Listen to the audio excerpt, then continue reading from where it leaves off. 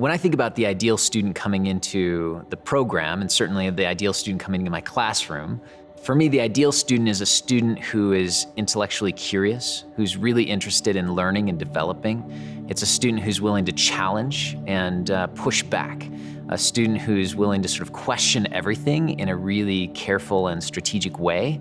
A student who's willing to respectfully challenge classmates, respectfully challenge me as the professor, and push us all to learn a little bit differently so that together we can engage in this learning experience.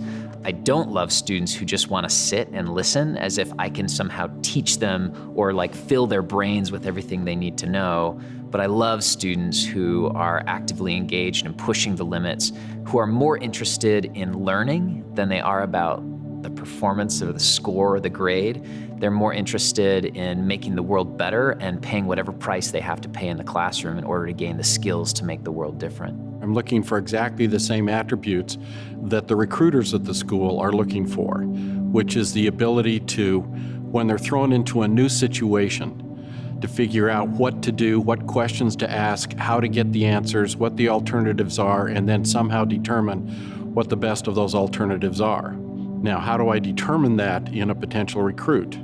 Answer, a lot of it comes from their work experience. I asked them about what they've been doing, what kind of responsibilities they've had, what kind of problems they faced, and how they've dealt with the problems. I'm looking essentially for that same kind of insight and stick-to-itiveness and leadership potential that our recruiters are looking for.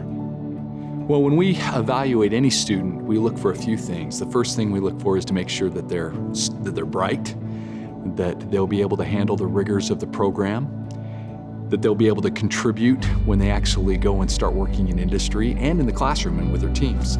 So being bright is one. The other thing that we want to make sure that we're looking for is evaluating for potential leadership skills.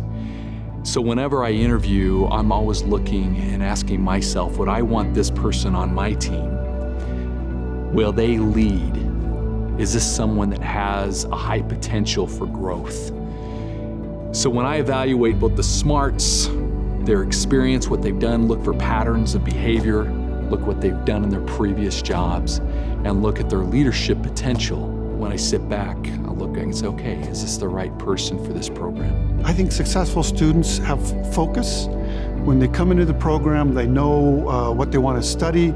They have a career path, an industry in mind, as opposed to wandering around and trying a few things. So smart, bright, hardworking, and particularly people who know what they want out of this MBA program, and they'll get it if they work hard.